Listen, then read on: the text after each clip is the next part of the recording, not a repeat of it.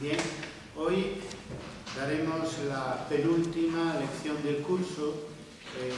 la revuelta de los irmandiños y su contexto histórico. Se trata del tema 19, que vamos a titular Vencedores y vencidos en la revuelta irmandiña, siglos XV y XVI. Vamos a ampliar el intervalo temporal para tener una perspectiva histórica sobre lo que hubo de triunfo y de derrota en la revuelta irmandiña. Sabemos por el tema 4 sobre el descubrimiento de los irmandiños cómo es la historiografía galleguista, proto-nacionalista, que descubre el hecho histórico de la revuelta irmandiña a mediados del siglo XIX como, por un lado, una gran revuelta, que no hubo otra de esas dimensiones, obviamente, en la historia de Galicia, pero también una gran derrota, lo que en gallego se llamó una gran desfeita, ¿no? Esto último tiene que ver con la fuente que sirvió para el descubrimiento de los irmandiños como un hecho histórico, que es el nobiliario de Vasco de Aponte, del principio del siglo XVI, donde se adopta un punto de vista favorable a los nobles, a la nobleza feudal adversaria de los irmandiños, y donde se destacan los aspectos negativos que pudo tener la revuelta y sus consecuencias, ¿no? De ahí que la historiografía nacionalista gallega hereda al mismo tiempo que descubre el hecho irmandiño, hereda esa visión negativa como revuelta fracasada que no se corresponde con los hechos históricos, una vez que estamos en condiciones de estudiarlos con un mayor número de fuentes, sobre todo fuentes desde el punto de vista de los partidarios de la revuelta, ¿no? Ya desde, hablamos en la lección 4, ya desde el opúsculo de Manuel Murguía, iniciador de la historiografía gallega contemporánea, junto con Benito Viceto, en el opúsculo que se titulaba De las guerras de Galicia en el siglo XV, pues ya él cambia la relación que había establecido de manera más bien imaginaria Benito Viceto entre la revuelta irmandiña, Pardo de Cela y los reyes católicos. Pardo de Cela ya aparece en Murguía como lo que era un malhechor feudal exitoso en su tiempo, y los reyes católicos naturalmente con una interpretación, en fin, necesariamente controvertida, porque son al mismo tiempo el origen del Estado moderno en Galicia y el origen, aunque un poco atrasado, claro, porque de la centralización política y del Estado centralista en el antiguo régimen en Galicia, aunque este fenómeno de la centralización por parte del Estado absoluto tiene lugar en el siglo XVIII con la dinastía borbónica que nos gobierna hoy en día todavía. Pues bien, ya en la época de Murguía ya se empezaba a superar ese victimismo hacia el tema de la revuelta irmandiña, que iba con la historiografía nacionalista en general, europea, del siglo XIX, muy abonada, muy amiga del martirologio de los, en este caso, de los líderes nacionalistas y liberales del siglo XIX, ¿no? Ya, aún así, tendrá que pasar una gran parte del siglo XX para que el nacionalismo gallego adopte una posición más positiva y, en este caso, además, más coherente con los hechos históricos, según esperamos demostrar en esta lección. Esto como herencia del siglo XIX. Desde el punto de vista más estrictamente académico, en los años 70 se empiezan a investigar con el auge del marxismo los conflictos, las revueltas y las revoluciones en la historia. Eso incluye la revuelta irmandiña, que aparece, por ejemplo, en el libro de Julio Valdeón de los años 70 sobre conflictos sociales en el reino de Castilla y León. Es una de las pocas veces, de las primeras veces, o la primera vez que aparece en la historiografía castellano-leonesa la revuelta irmandiña. Me refiero a la historiografía académica y no, como en el caso anterior, a la historiografía nacionalista, que tenía más un enfoque político, en una época además donde no existía la historiografía académica, hay que decirlo, como hoy la entendemos, ¿no? Bueno, hay que decir que la historia social de los conflictos, revueltas y revoluciones del siglo XX, en el caso gallego y en general, no cuestionó, no se preguntó sobre las consecuencias de las revueltas, y en el caso gallego no cuestionó el derrotismo en cuanto a la interpretación de la revuelta irmandiña y sus efectos heredado de la historiografía del siglo XIX. La verdad es que la historiografía marxista, más de tipo estructural, que se hacía en los años 70 en España, en toda Europa, en gran medida en toda Europa, hasta que la escuela de Pasan-Presen no introduce unos criterios que tienen más que ver con el cambio histórico, pues la historiografía estructuralista, que fue la que aquí tuvo mayor influencia entre los historiadores marxistas, no solo en historia medieval, no se preguntaba tanto por los efectos como por las causas de los conflictos, de las revueltas y las revoluciones. Existía una verdadera obsesión en ese sentido de hacer derivar, en parte con razón, en parte sin ella, los conflictos, las revueltas y las revoluciones de las contradicciones antagónicas en la estructura económica social y cierto desinterés sobre los efectos que podía causar en la vida política, social, económica, cultural y en la mentalidad colectiva esos conflictos, esas revueltas,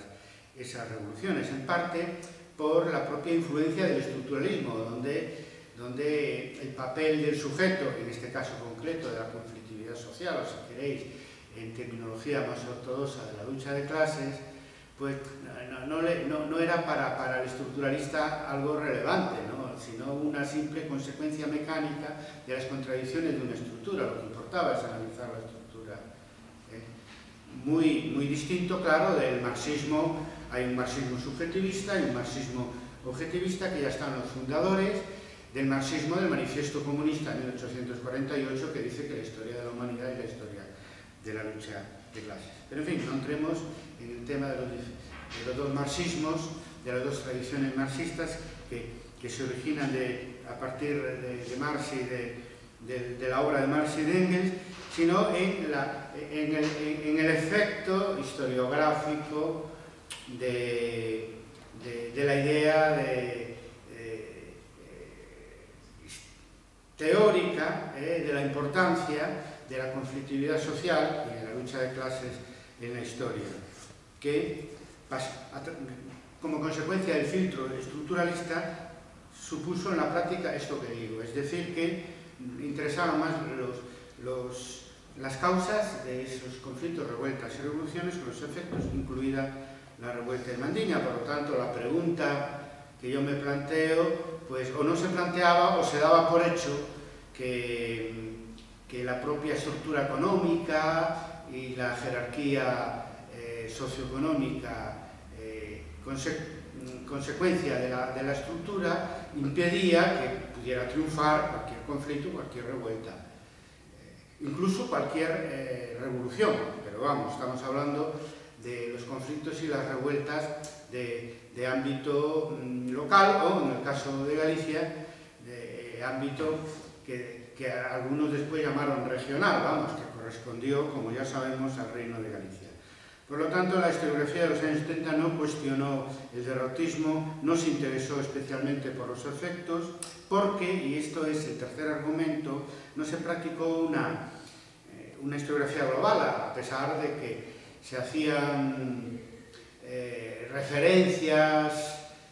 teóricas a la historia total. En la práctica eso no entraba en los proyectos de investigación, no sabía cómo hacerse o no interesaba hacer una historia en total total, entre otras cosas, porque el economicismo se impuso sobre la influencia del paradigma de la historia total entre los historiadores sociales de los años 60 y 70. ¿Qué quiere decir con esto? Bueno, que se estudiaba simplemente la historia social separada de la historia política, de la historia de mentalidades, y quizás menos, pero de alguna manera también acabará separándose de la historia económica. Entramos otra vez, una consecuencia que en su momento fue positiva, pero en el tiempo muy negativa, de la influencia del estructuralismo, que nos convenció en aquellos años, lo cual fue muy bueno respecto a lo que venía de atrás, de que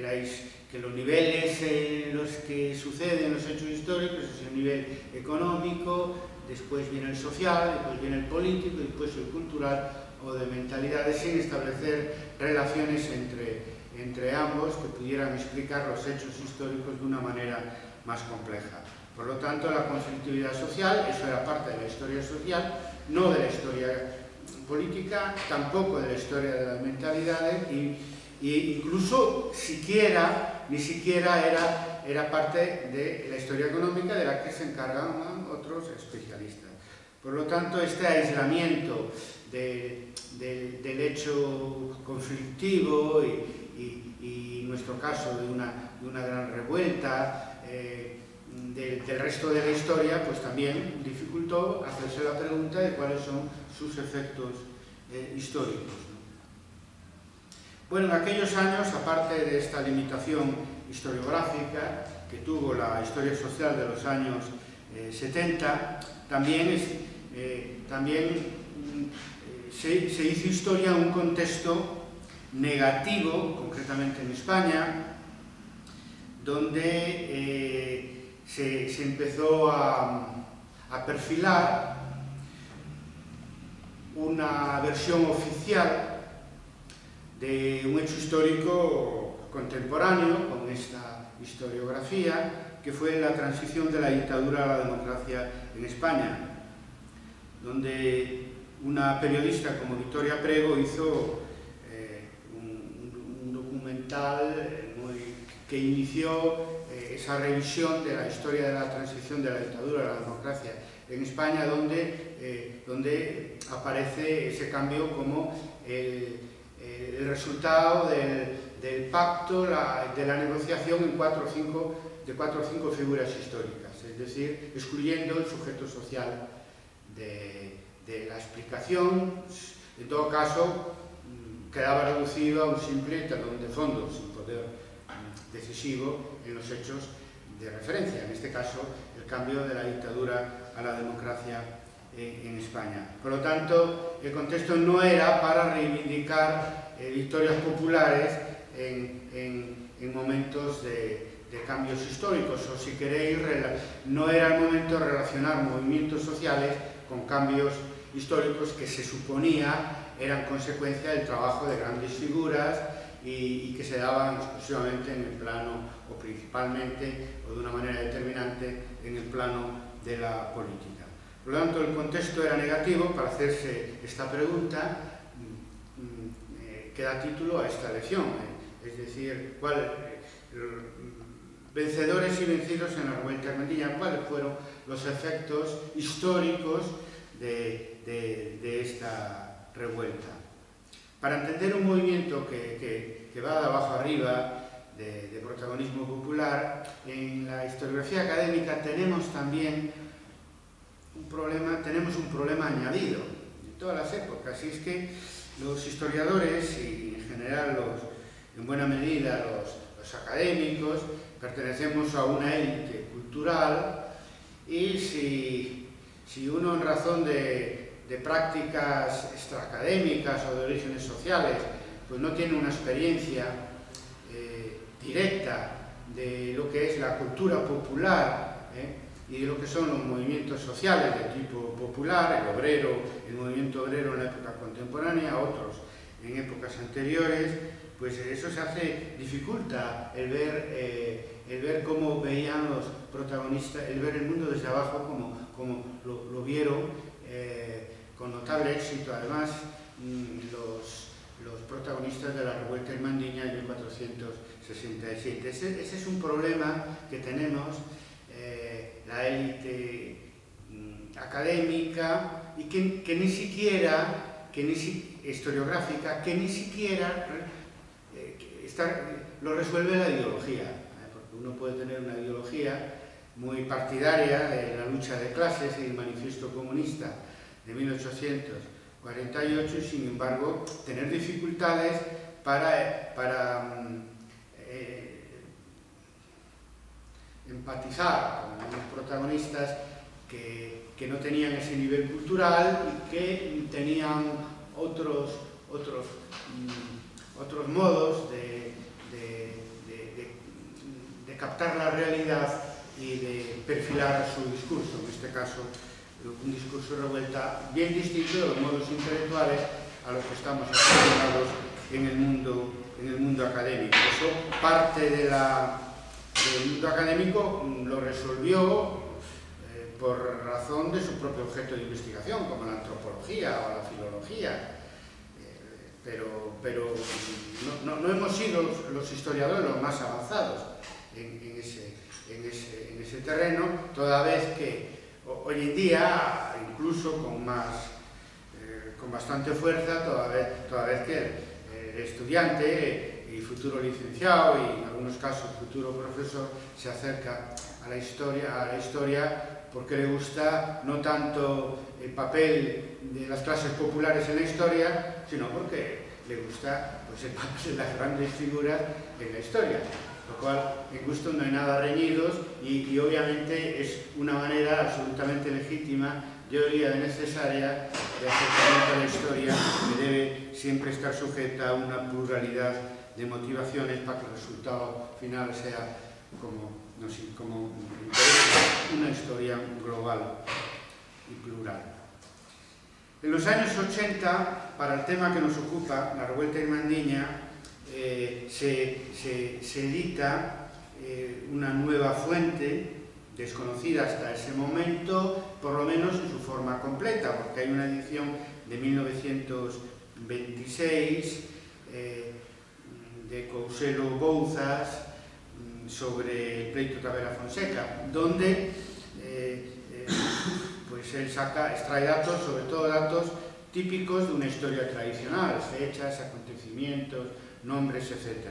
Sin embargo, la edición por Ángel Rodríguez González, un profesor de esta facultad, profesor de muchos de nosotros, los que ahora somos profesores de historia medieval aquí, y fallecido ya, que nos dejó esta edición completa del pleito Tavera-Fonseca, de ese archivo oral de 204 declaraciones de testigos de toda Galicia, como consecuencia del pleito por la no reedificación de fortalezas en el arzobispado de Santiago entre Tavera y Fonseca. Pues bien, sobre esta fuente yo trabajé en 1900 y di a conocer en 1988 una tesis doctoral sobre favorables y contrarios a la revuelta irmandiña, que será el motivo de la última lección mañana, miércoles 25 de enero. Yo apliqué a esta fuente, que realmente es una fuente oral, pues un nuevo enfoque de historia oral,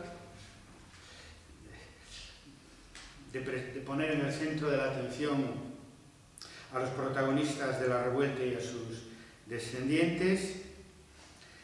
de empatizando con el protagonismo popular en los hechos 1467 y 1469 y valorando lo que tenían como fuente directa y que venía de los propios protagonistas y sus descendientes, ¿no? Con un enfoque global de historia de las mentalidades, de historia social, de nueva historia política o historia del poder, de historia del derecho, como ya hablamos en las primeras lecciones del curso, cuando nos centramos en los temas de metodología para el estudio de una historia medieval. Bueno, es clarísimo de que 60 años después de la revuelta irmandiña, en el pleito Tavera-Fonseca, los testigos, digamos, exhiben una mentalidad de victoria evidente. O sea, son los contrarios a los hechos de 6 décadas atrás, los que se mantienen a la defensiva y hacen que finalmente quien gana realmente el pleito arbitral sea Fonseca, que se apoya en la tradición favorable a la revuelta, que aparece como sustancialmente mayoritaria. Incluso en la realidad lo debía ser más porque cada parte del pleito pues procuró proponer el mismo número de testigos, ¿no? Pese a todo, parte de los testigos del arzobispo Tavera, que le interesaba dejar en evidencia a Fonseca y a su padre Fonseca, sobre que no habían sido, de que la revuelta no había sido legítima, de que podía haberla reprimido, podía haber obligado a sus vasallos a edificar las fortalezas. Entonces, incluso parte de sus testigos también se mostraron favorables a la revuelta como reflejo del sentimiento que existía en el Reino de Galicia y que no estaba reducido a las clases populares, a los labradores, artesanos y pescadores que protagonizaron ampliamente la revuelta, sino también a la burguesía urbana, a la Iglesia, especialmente los canónigos y al propio Estado monárquico, que en la época de Enrique IV apoyaron más bien de mala gana, sobre todo por el tema de las fortalezas, a la revuelta, pero les interesaba en último extremo, y esta visión favorable de aquella revuelta se mantuvo atenuada, pero se mantuvo de alguna manera en los primeros años también del reinado de Isabel de Castilla y Fernando de Aragón, que tenían un problema muy agudo, y es que no podían entrar en Galicia y crear instituciones públicas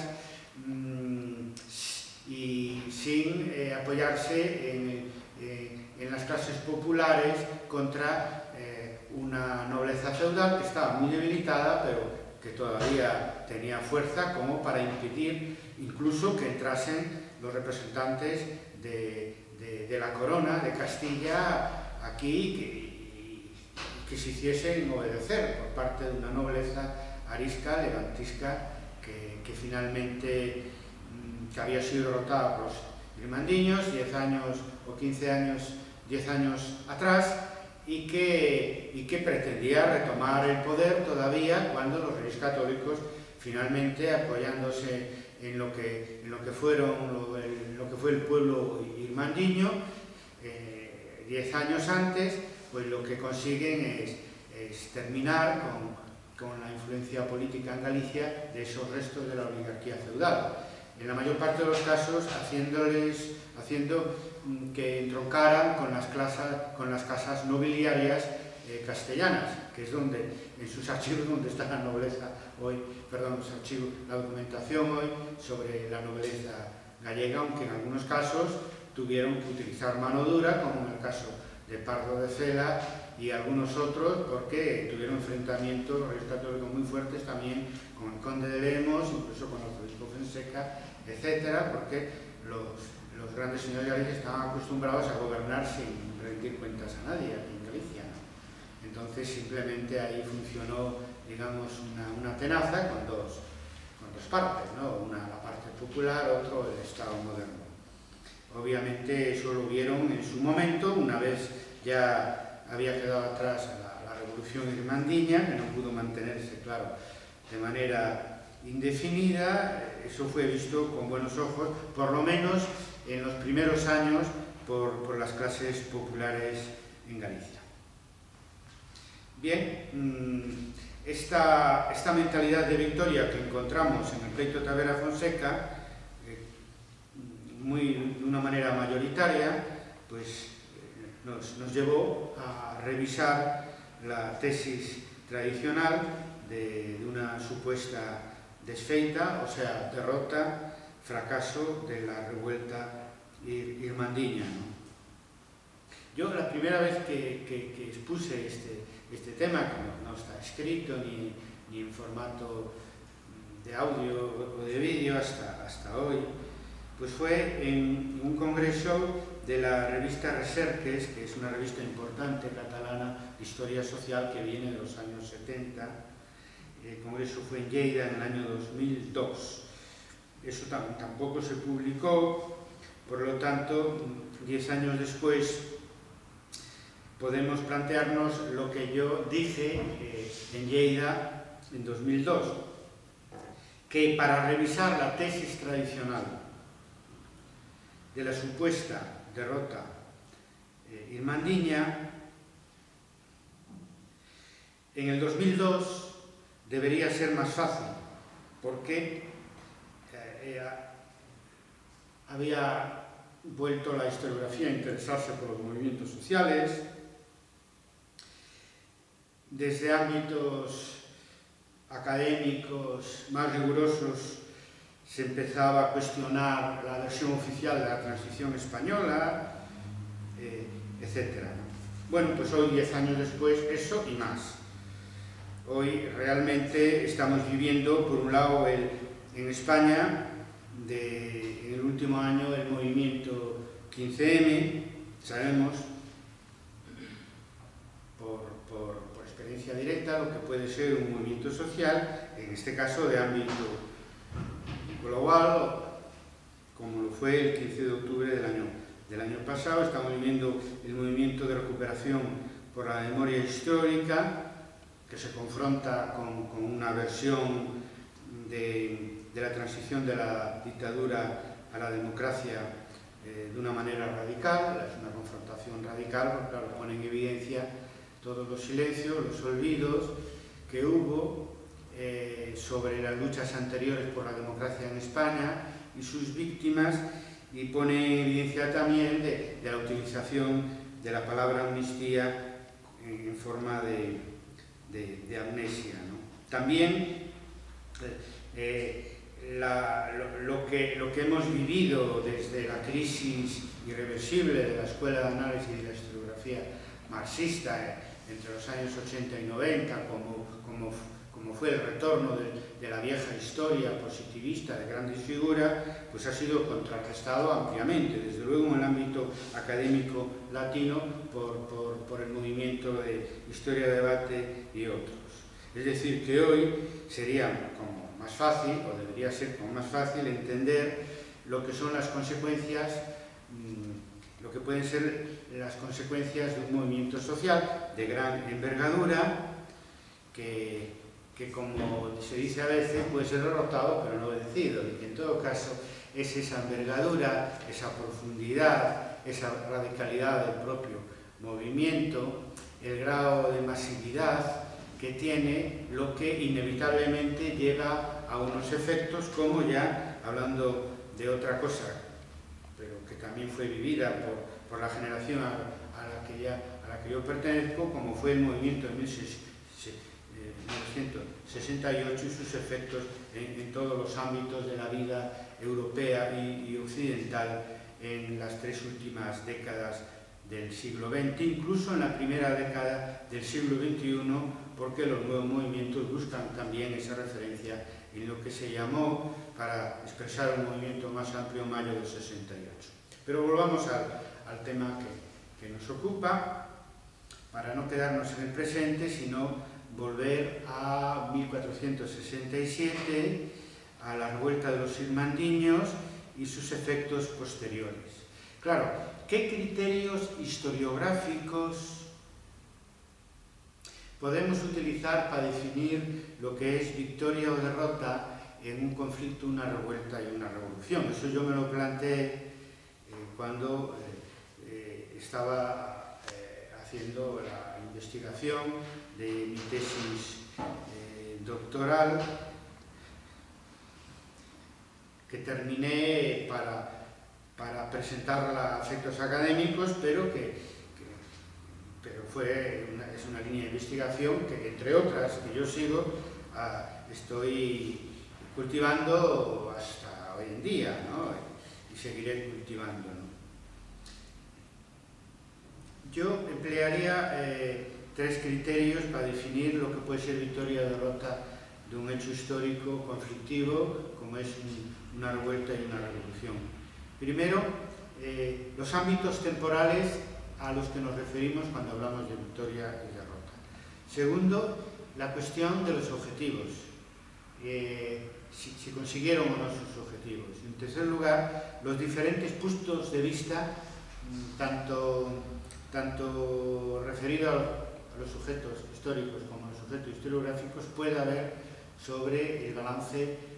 histórico de un hecho conflictivo como es una revuelta y una revolución. Lo primero, según el ámbito temporal, según que adoptemos, una revuelta puede ser exitosa o puede ser no exitosa. Que los balances son diferentes según los tiempos que adoptemos. A mí a veces cuando digo esto se me puso de ejemplo la Guerra Civil Española en otro sentido. Claro, eso fue una guerra civil. Bueno, también por el lado republicano fue también una revolución, sobre todo en Cataluña y otras partes de la España republicana, ¿no? Y por el lado llamado nacional también fue, sin duda, una contrarrevolución, como está claro. Claro, aquí hay que hacer esta valoración sobre la victoria y derrota en relación con el bando que triunfó en la guerra civil, que es el bando franquista, ¿no? Apoyado por Hitler y Mussolini. Franco consiguió vencer después de 2 años de guerra civil, bueno, en el plazo corto, no cabe duda, porque militarmente ganó la guerra civil, en el plazo medio, porque en los años que siguieron se construyó un sistema político, la dictadura franquista, que perduró a pesar de los movimientos de oposición que hubo y que perduró en parte, ya lo sabemos, por la eliminación física de los sectores republicanos que sobrevivieron a la guerra civil, o una parte de ellos. Pero en el plazo largo,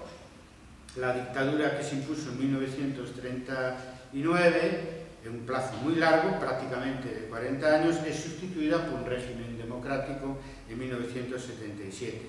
Hoy no se puede decir, no se puede hablar en ese plazo largo de una victoria de lo que en rigor se llama el fascismo en España, ¿no? Protagonizado por Franco, Falange Española y otros movimientos políticos a partir de 1936. A pesar de los residuos del franquismo que todavía quedan en la democracia y en determinadas instituciones, vivimos un régimen democrático y por lo tanto la dictadura en el plazo largo fracasó. O sea, el bando franquista en el plazo largo fracasó, no así en el plazo corto y en el plazo medio. Bueno, entonces vamos a ver en el caso de Mandiño qué entendemos por corto, medio y largo plazo a la hora de hablar del éxito y del fracaso, no de la contrarrevolución, que fue el ejemplo, que es el ejemplo del que podemos hablar, que es el ejemplo de la Guerra Civil Española, sino en ese caso de la revolución irmandiña en 1467.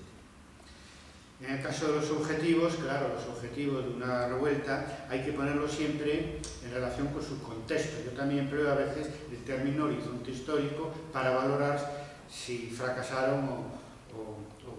no. Y después siempre, cuando uno se encuentra en la fuente, trabaja con la fuente, siempre tiene que poner en valor si la fuente, según esté elaborada por el sector favorable o por el sector contrario, en este caso a la revuelta, ¿no? Eso sin duda alguna. Y también a la hora de valorar, de hacer un balance sobre un hecho histórico, en este caso la revuelta en Mandiña,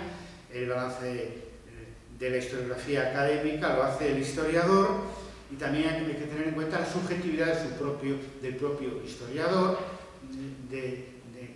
primero desde el punto de vista de su enfoque historiográfico y segundo desde el punto de vista de sus propios valores de tipo político o religioso, etc. Bien, con estos criterios generales dedicaremos el tiempo que nos queda a aplicar eso, el intervalo temporal, la cuestión de los objetivos y el punto de vista bien de los protagonistas y de los antagonistas o bien de los historiadores, que pueden ser puede sacarse una conclusión distinta si uno sigue un criterio de historia tradicional de grandes figuras,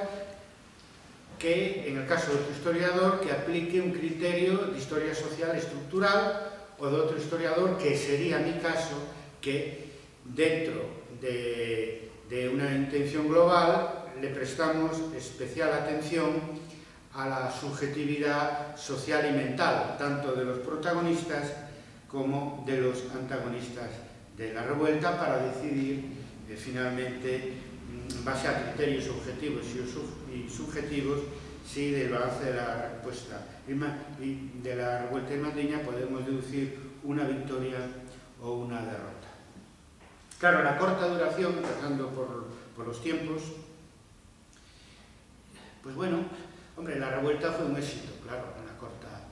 en la corta duración, y porque durante 2 años toman el poder en Galicia, derrocan todas las fortalezas, expulsan a los señores de las jurisdicciones y a los más refractarios del reino de Galicia, e instauran un reino de Galicia que vive en paz, en justicia, en libertad, o, según diría Ruy Vázquez, el reino querido por Jesucristo en Galicia para castigar a los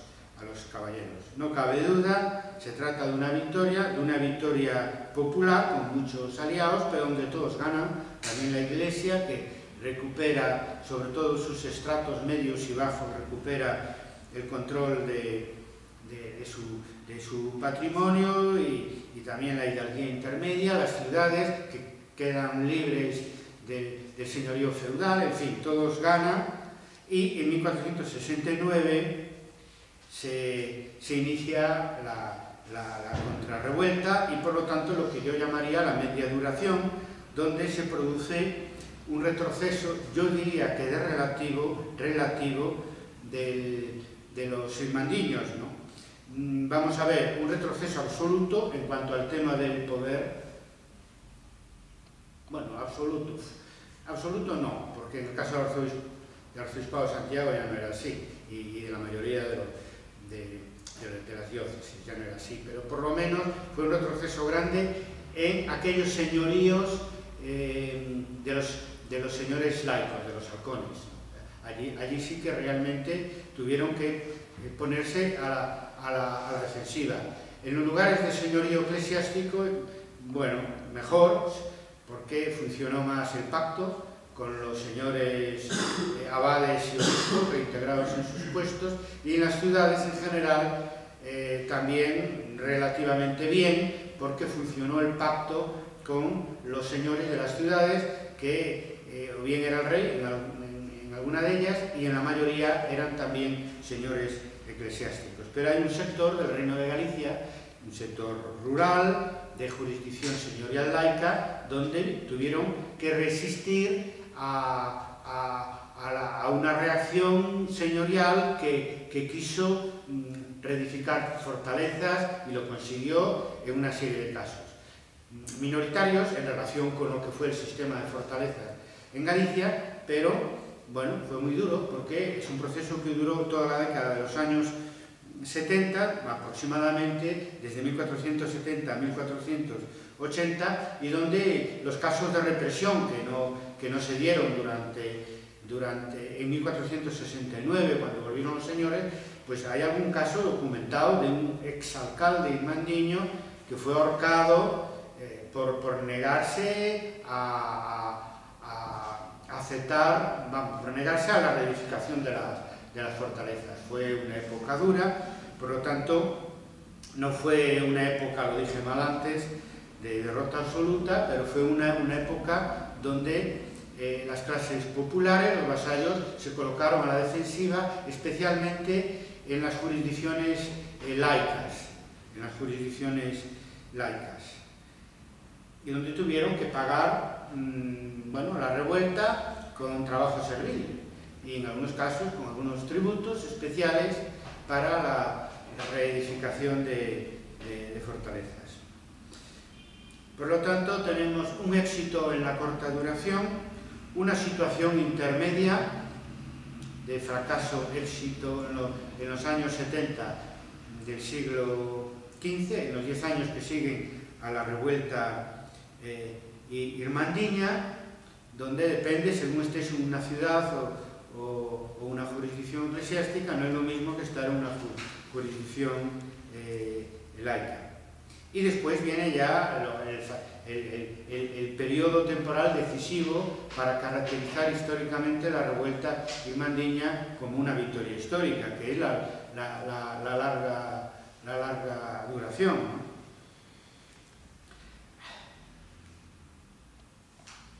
Es más o menos las décadas que siguen a 1480, que es la fecha en las que los enviados los reyes católicos, Fernando de Acuña y Alonso de Chinchilla, ayudados con muy poca gente de armas con ellos, pero ayudados por las milicias populares, antiguos ejércitos irmandiños, pues logran repacificar Galicia y volviendo a derrocar buena parte de las fortalezas que habían sido reedificadas entre 1470 y 1480. Hay pruebas muy evidentes, sobre todo el año 1480, 81, 82 y 83, hasta el ajusticiamiento de Pardo de Cela, fueron años muy activos de Acuña con las milicias ex-irmandiñas, con las milicias populares, asaltando y derrocando de nuevo las pocas fortalezas que habían conseguido reedificar, los Lemos, los Andrade, los Soutomayor, los Ulloa, etc. Es en ese ámbito temporal donde la victoria está tan clara que 60 años después, en el pleito de Tavera Fonseca, la exhiben los propios participantes, sus descendientes, y queda como muy evidente que se correspondía con una posición mayoritaria en lo que podríamos llamar opinión pública gallega en aquel momento. Bien, en cuanto a objetivos y contexto histórico,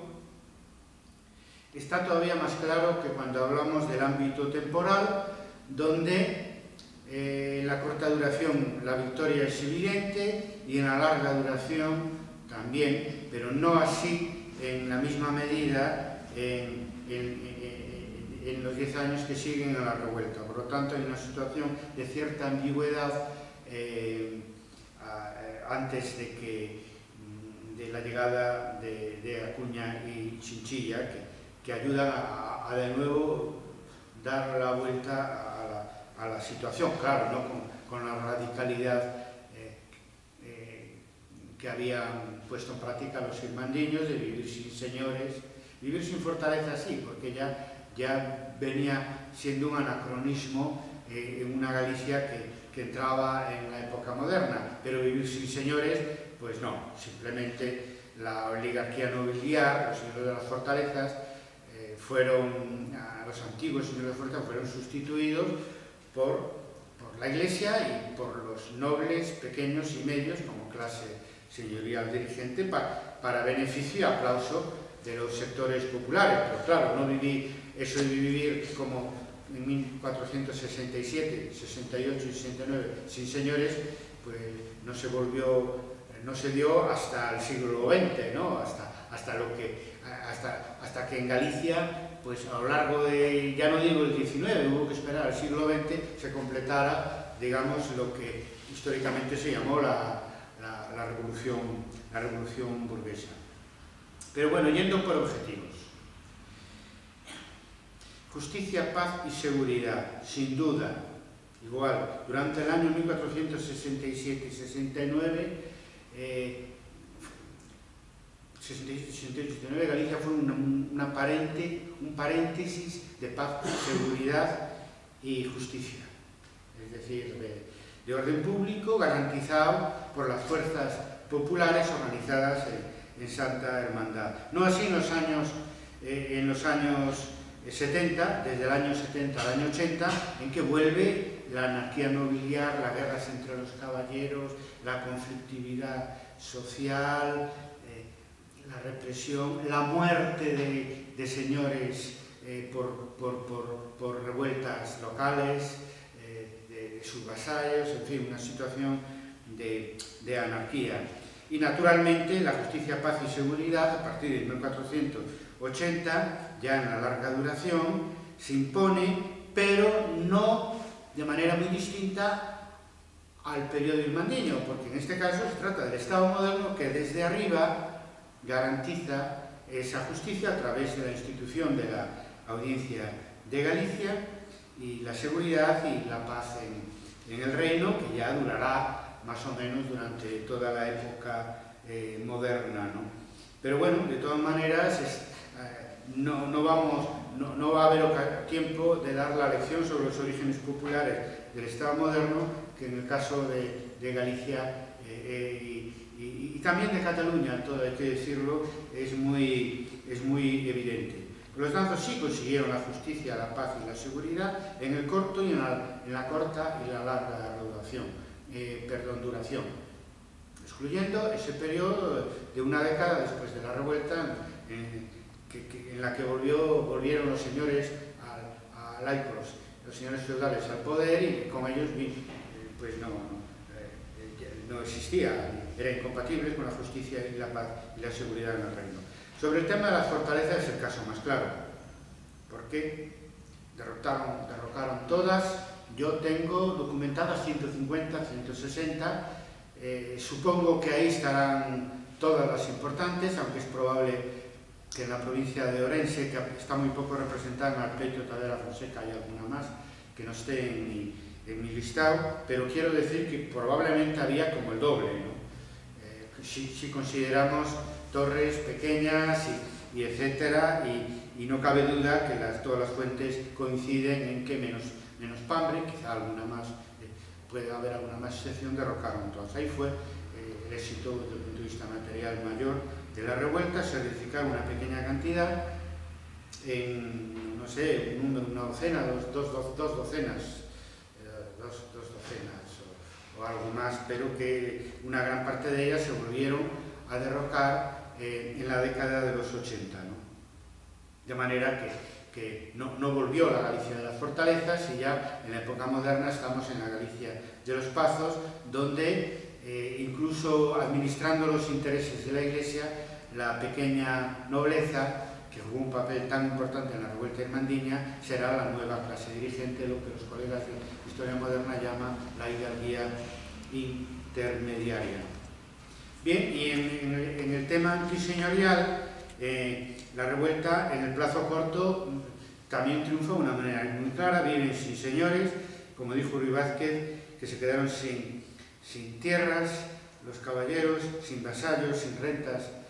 sin fortalezas, durante 2 años. Este éxito lo proclama un poco en el pleito de Tavera Fonseca por razones de tipo práctico, porque estaban buscando en sus declaraciones la justeza legal de la revuelta, insistían más bien en el permiso real y tal. Pero de todas maneras las fuentes coetáneas, no solamente la crónica Santa María de Iria, deja claro de que fue un movimiento exitoso, antiseñorial y por lo tanto antifeudal. Los señores laicos vuelven, y en general la clase señorial, pero sobre todo los laicos con más violencia al poder local, al poder de sus jurisdicciones en los años 70, y a partir de 1480 pues se revisan a partir de la Audiencia Nacional todas las relaciones jurisdiccionales, y se produce una modernización de alguna manera de las relaciones sociales, pasamos de la Edad Media a la Edad Moderna, y la clase dirigente, por la vía del exilio dorado, impulsada por la corte monárquica y por los reyes católicos, pues sufre un cambio radical para siempre, ¿no? Es decir, mientras que en la época irmandiña duró 2 años, la expulsión de los señores del poder, en la época moderna, a partir de 1480, pues simplemente se los llevan para la corte y algunos los reprimen, siempre con el apoyo y el aplauso popular, y la conclusión es que desaparecen los adversarios de los irmandiños. En el pleito de la Fonseca solamente aparece como testigo contra los irmandiños don Fernando de Andrade, pero en ese momento él ya era, Fernando Andrade, en ese momento él ya era un funcionario del Estado moderno. En fin, él trabajaba para el Estado moderno y para su política imperial, aunque tenía su patrimonio y su solar en Galicia, que será un poco el destino en general de la alta nobleza en el antiguo régimen en la Edad Moderna. Por lo tanto, consiguen a medio plazo, a partir de 1480, justicia, paz, seguridad, que no vuelvan a aparecer las fortalezas y que la oligarquía nobiliar desaparezca como clase dirigente. La otra cosa es pensar que podían vivir sin señores a mediados del siglo XV indefinidamente. Por eso digo que los objetivos, para valorar si fueron exitosos o fracasados, hay que entenderlos en función del horizonte histórico. Y nosotros hoy sabemos que el horizonte histórico del siglo XV no era hacer la revolución burguesa,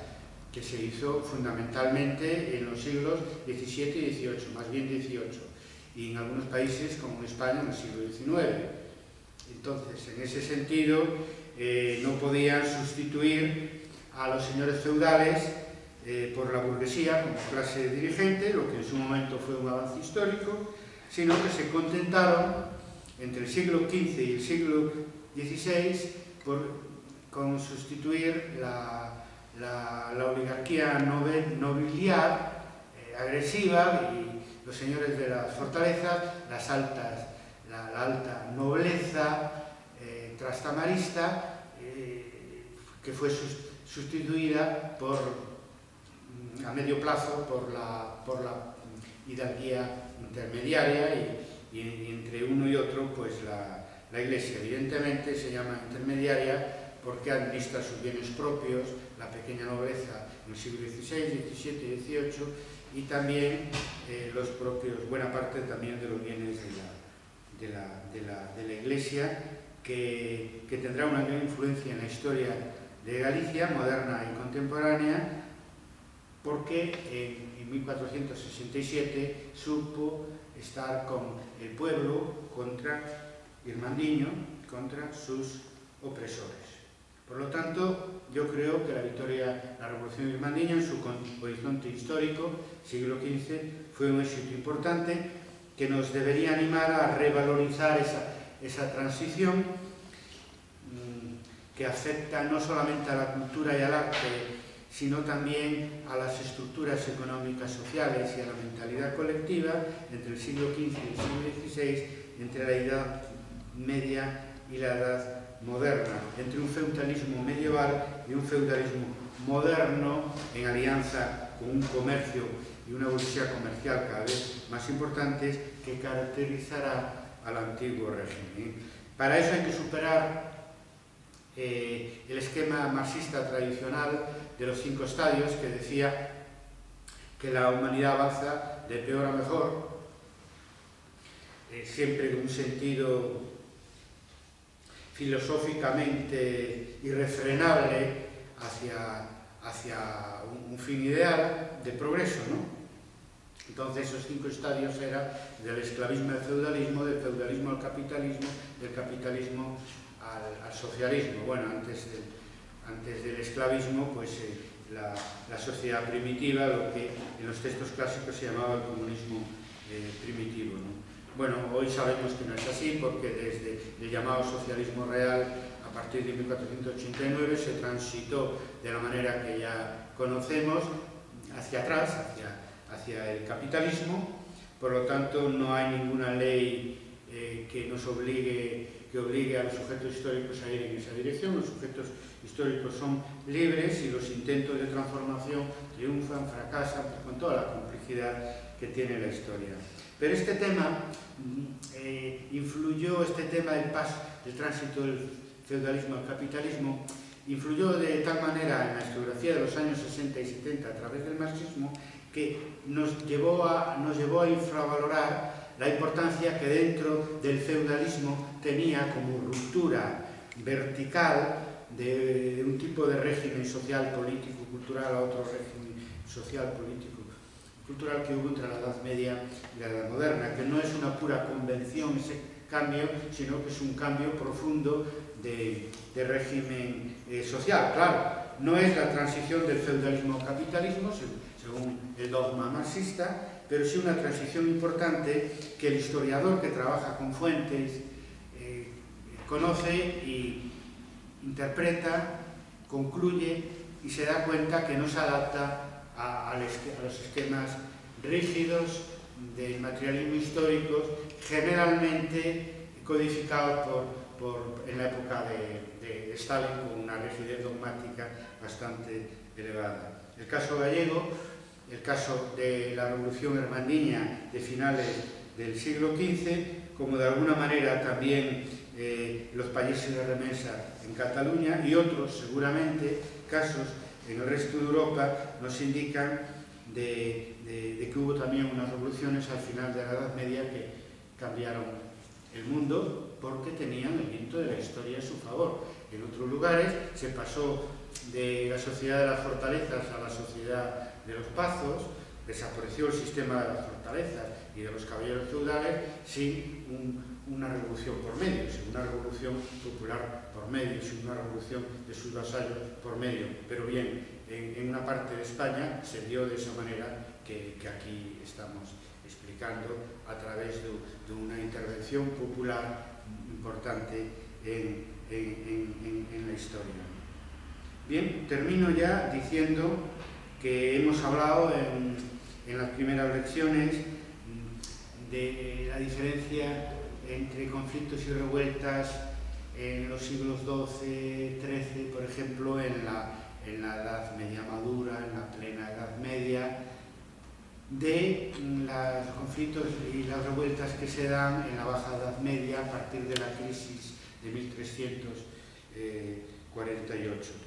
Aquí podemos ver también que dentro de lo que es la conflictividad social en la Baja Edad Media podemos diferenciar, ya lo hicimos en algún momento, pues las pequeñas revueltas locales de la segunda mitad del siglo XIV, como la Jacquerie francesa y otras, y las grandes revueltas nacionales en un sentido medieval, a finales del siglo XV, representadas para toda Europa en la península ibérica por la Revolución Irmandiña en Galicia y la Revolución de los payeses de Remensa en Cataluña. Bien, aquí terminamos la lección de hoy y mañana, como decíamos, daremos el tema 20 y último del curso sobre favorables y contrarios en la Galicia irmandiña.